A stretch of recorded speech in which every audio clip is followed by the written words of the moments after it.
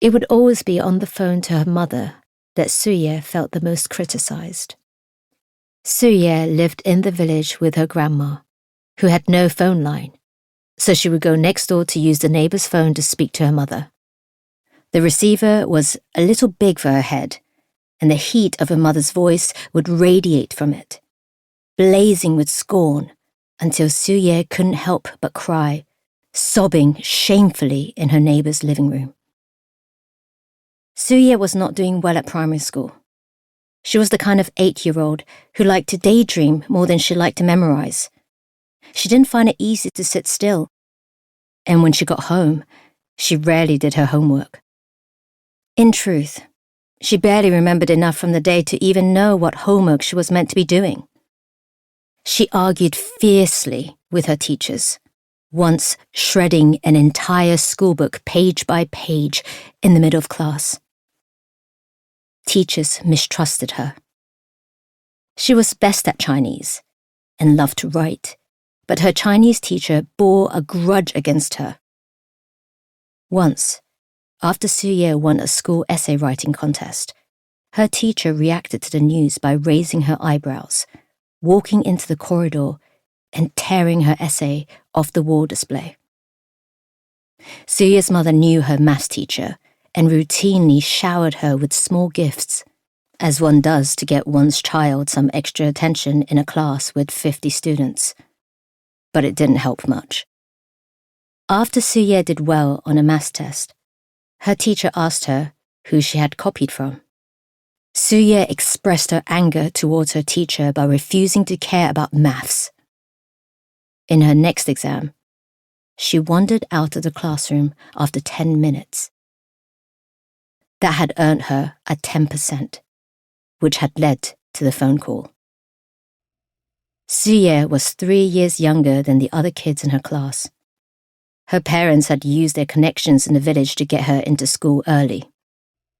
Doing so made things easier for her grandma, who was taking care of her while her parents were living and working far from the village. That was one of the benefits of a village school. It was easy to relax the rules.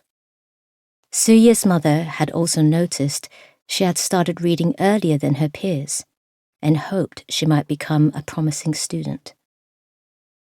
Her mother's hopes were short-lived. As a child, Suye had a short attention span. At the start of her 2nd year of primary school, her parents had transferred her to a school in the town. In her 3rd year, she had moved to another campus with new teachers. She started feeling immobilized by the fear of making a mistake whenever she was called up to the front of class. In her 4th year, she was sent to another village school near her paternal grandparents, with a completely different teaching style from the town school. In her 5th year, she moved again, back to her maternal grandma's village. 5 schools in 5 years. The home Suye liked most was her maternal grandma Guilan's, a farmhouse in a traditional 4-walled courtyard. One of her grandma's rooms was filled with books, a rarity in the village. It was stocked with the books Suye's aunt had read at university, as well as Suye's mother's old novels. As befitting the Chinese stereotype of doting elders, Suye's grandparents went easy on her compared to her parents. Suye's grandfather had missed out on the childhoods of his own children, since he had also spent the prime of his life far from the village, working in the city. Their village was near the east coast of China, on a tributary of the Yangtze River that flows to Shanghai. In 1950, when he was 16, Suye's grandfather had taken a boat down that river to find work in the city.